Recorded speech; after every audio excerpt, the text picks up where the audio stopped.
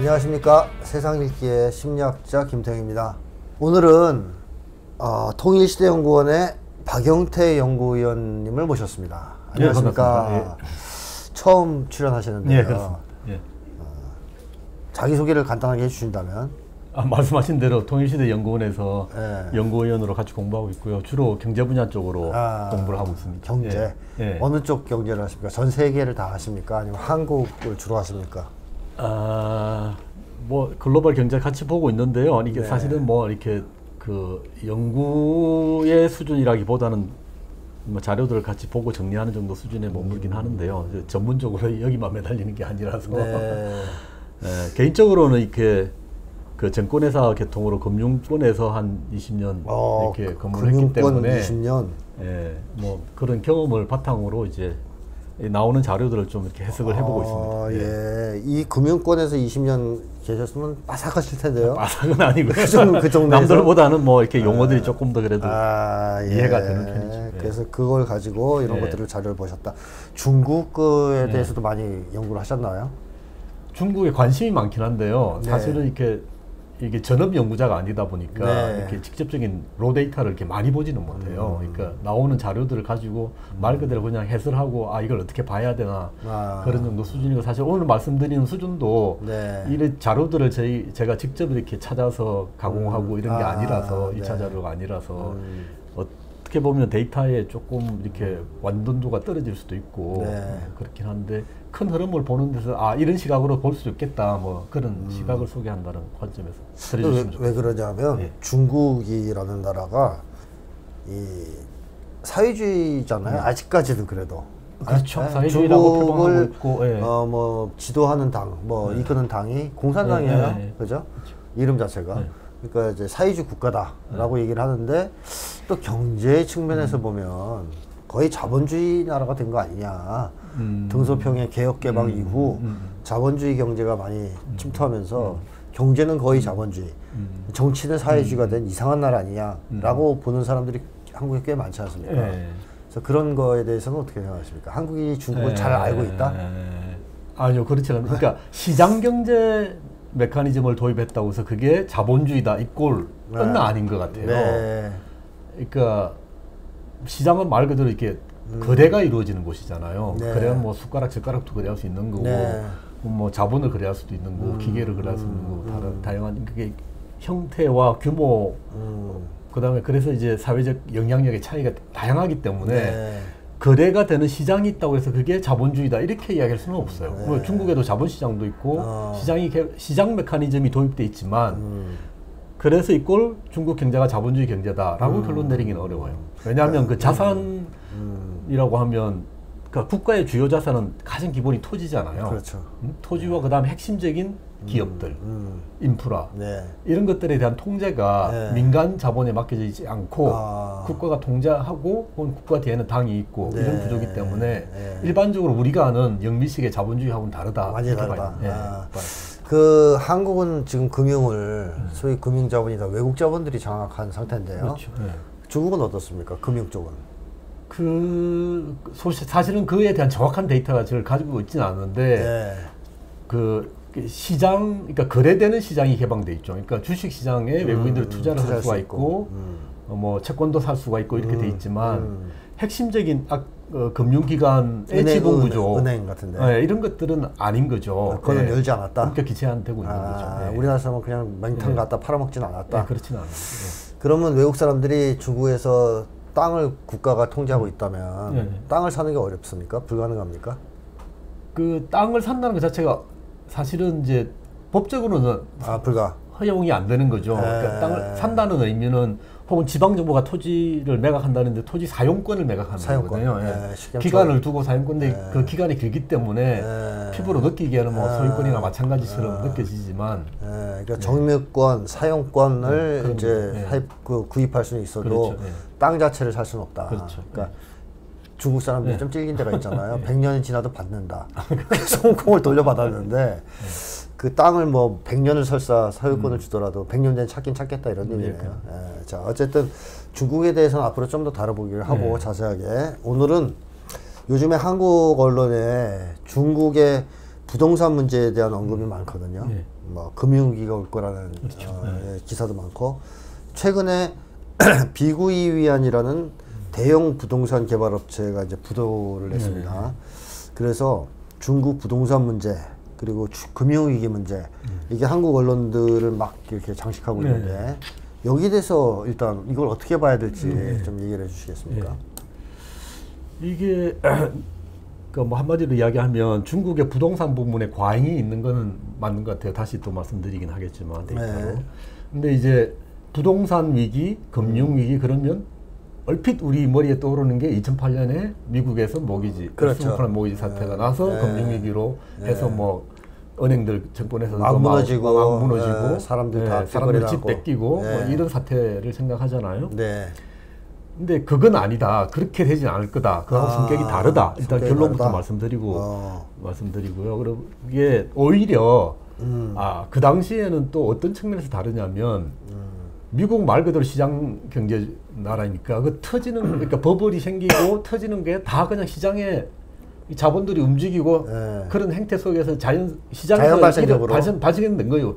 된 거죠. 물론 그 뒤에는 이제 중앙은행이 금리를 올리는 뭐 정책들이 작용하긴 하지만 배경으로.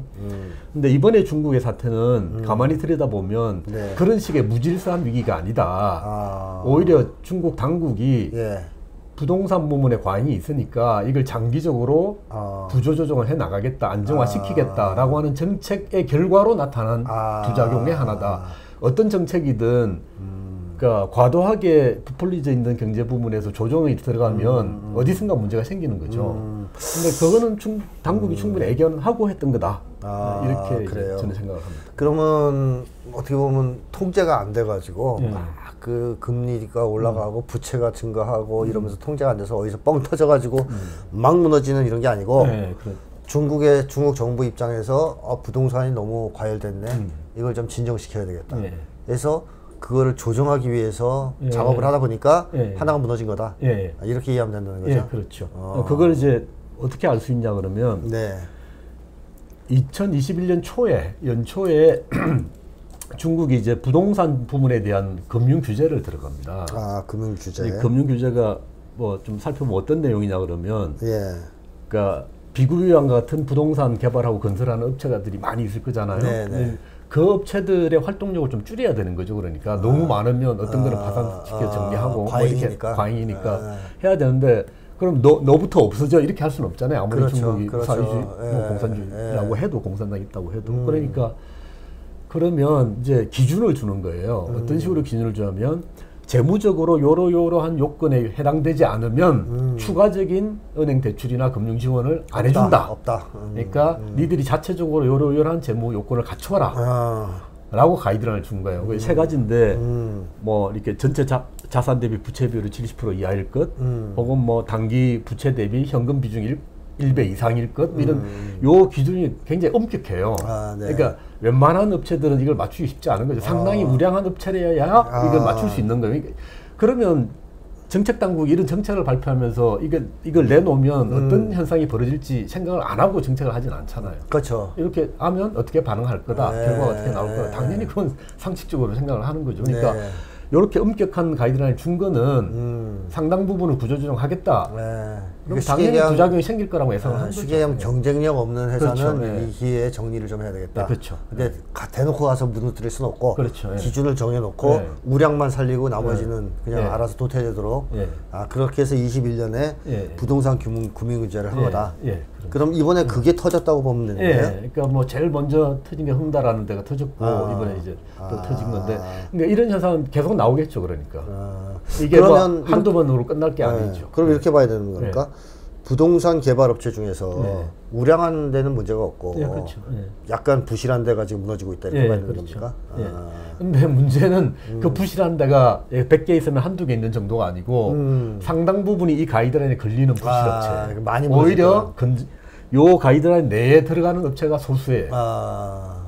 그럼 중국 정부 입장에서는 소수 빼고 나머지는 다 무너지는 것도 그렇다고 불량하다고 해서 그 불량한 업체들이 다 무너지지는 않겠죠. 그러니까 진행하다 보면 어느 수준에서 멈춰야 되겠다는 것도 판단을 하겠죠.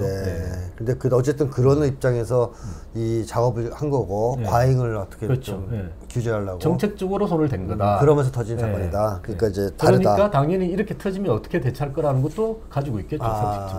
그 뒤에.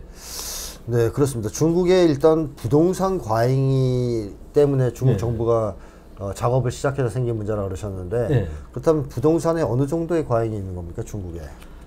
예, 실제로 좀 과잉이 있는 건 맞는 것 같습니다. 그러니까 뭐 저희가 직접적인 현장을 바로 이렇게 확인하거나 이 1차 데이터를 가지기 어려우니까 나와 있는 데이터들로 볼 수밖에 없는데요. 이렇게 우리는 대부분 아파트들이 그 선분양하고 후입주 이렇게 되는 거잖아요. 근데 중국엔 두 가지 형태가 다 있는 것 같아요. 다 있고, 근데 이제 중국도 후분양. 두 가지로 하면 선분양 후입주하고. 그다음에 아예 집을 지어놓고 후분양. 그냥. 원래 사실은 이렇게 물건을 다 만들어놓고 파는 게 맞는 거죠. 그렇죠. 근데 이제 그 먼저 지어놓고 후분양하는 아파트들 같은 경우는 지었으니까 이제 준공이 됐을 거잖아요.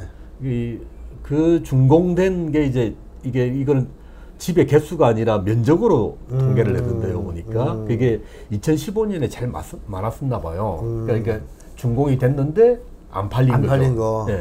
그게 평으로 따지면 4억 5천만 평이 아니라 제곱미터. 안 팔렸다.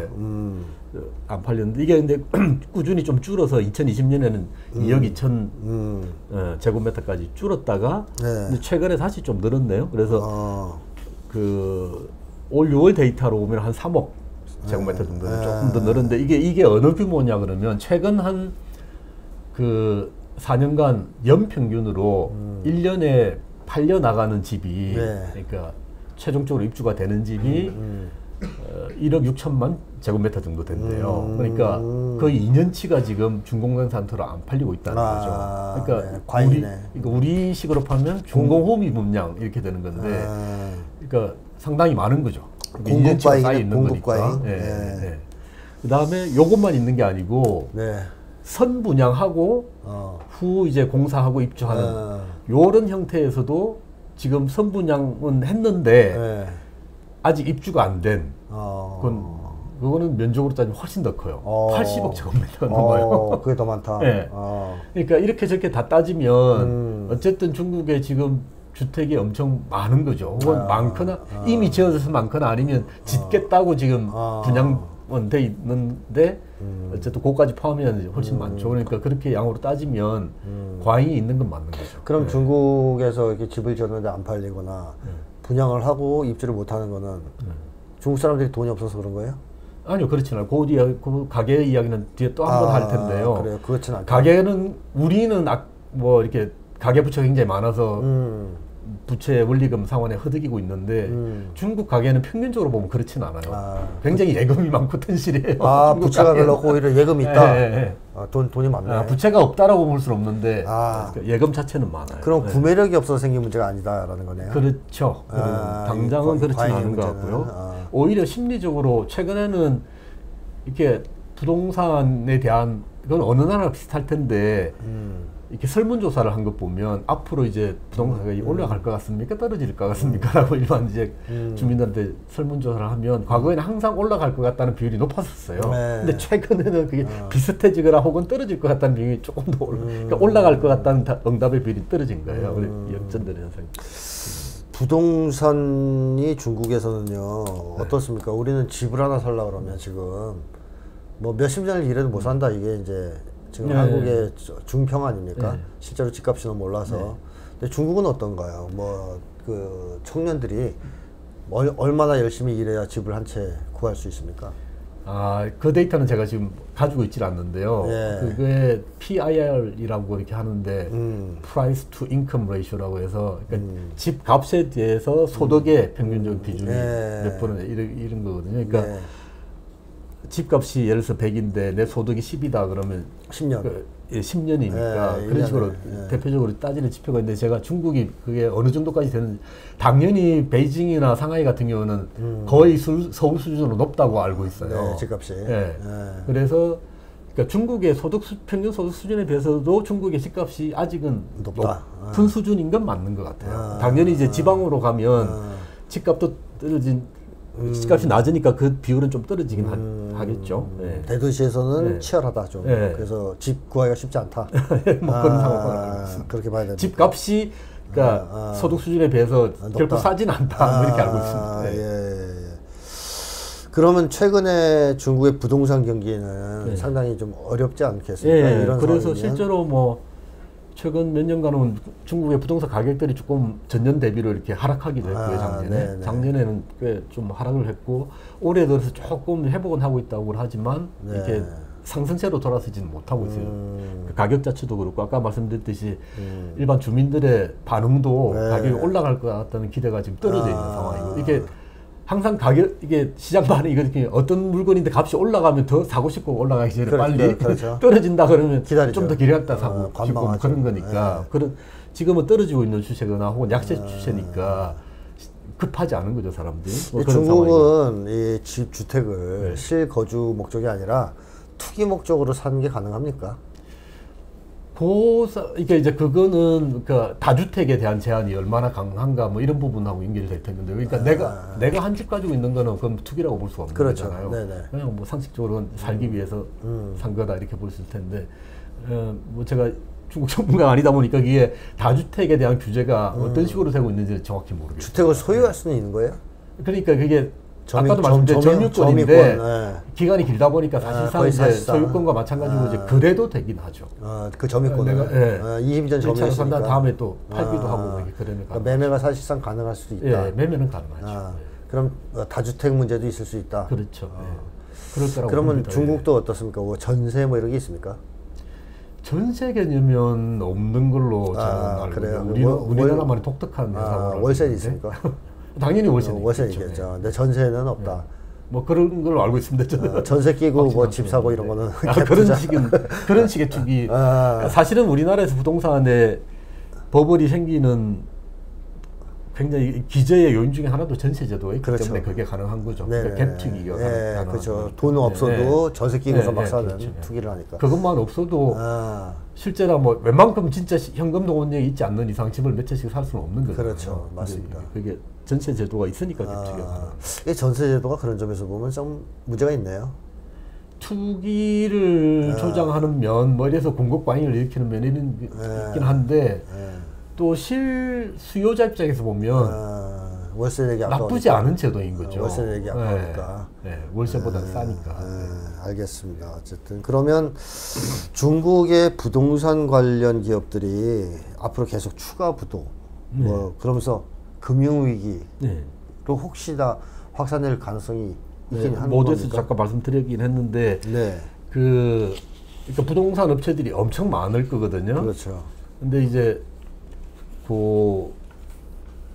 그래서 이제 결론적으로는 금융위기로 갈 가능성은 별로 없다는 이야기인데 제가 어떤 통계를 보니까 부동산 그 업체들 중에 상위 5개 업체들의 시장 점유율이 10% 정도, 그 다음에 상위 10개 업체들의 시장 점유율이 한 20% 정도 되더라고요. 그 말은 평균적으로 중국에 엄청나게 많은 업체들이 있을 텐데 그 중에 최상위권 업체들의 점유율이 그것밖에 안 된다는 거예요. 독점 우리나라를 생각해보면 우리나라는 경제적 어느 분야이든 뭐 삼성, 현대 이런 몇 개 재벌들이 독과점을 하잖아요. 네네. 뭐 건설도 뭐 GS나 뭐 현대나 이런 식으로 브랜드들이 다 압도를 하고. 근데 여기는 최상위 업체들의 점유율이 한 2% 정도밖에 안 된다고 하니까 굉장히 분산돼 있는 거죠. 그러니까 땅도 넓고 성 하나가 거의 국가적 규모니까 그러다 보니까 분산돼 있는 것 같아요. 그래서 이렇게 비구위안인 홍단이 이렇게 그런 애들이 한두 개 쓰러진다고 해도 한번 10개, 20개 쓰러진다고 해도 중국 시장 전체에 미치는 양은 적다는 거죠. 그렇겠네요. 네. 한국은 삼성이나 이런 데 하나 쓰러지면 큰일 나는데 중국은 그런 식의 독과점이 아니기 때문에 한두 개 쓰러지면 않아요. 그 다음에 또 하나는 부동산 쪽은 확실히 이렇게 과잉이 있어서 당연히 업체들도 정리를 해야 되는 과정에 있는 거고요. 당연히 아까 말씀드렸듯이 아까 그 엄격한 가이드라인을 적용해 보니까 해당되는 업체들이 몇 개 없다고 그랬잖아요. 나머지는 다 이제 구조조정 될 수 있는 잠재적 위험이 있는 데들이 그 중에 상대적인 그러니까 상당한 부분이 이제 구조조정이 되겠죠. 이렇게 부도가 나고. 그런데 이게 부동산을 제외한 다른 산업 부분은 네. 최근에 부도율이 오히려 떨어져요. 아, 오히려 요즘 추이를 보면. 네. 중국에서 그러니까 업체가 부도 났다 그러면 거의 부동산 관련이고 일반 다른 산업 쪽에서는 거의 부도가 없어요. 그러니까 부동산 외에 나머지 분야는 좀 튼튼하다, 건전하다. 네.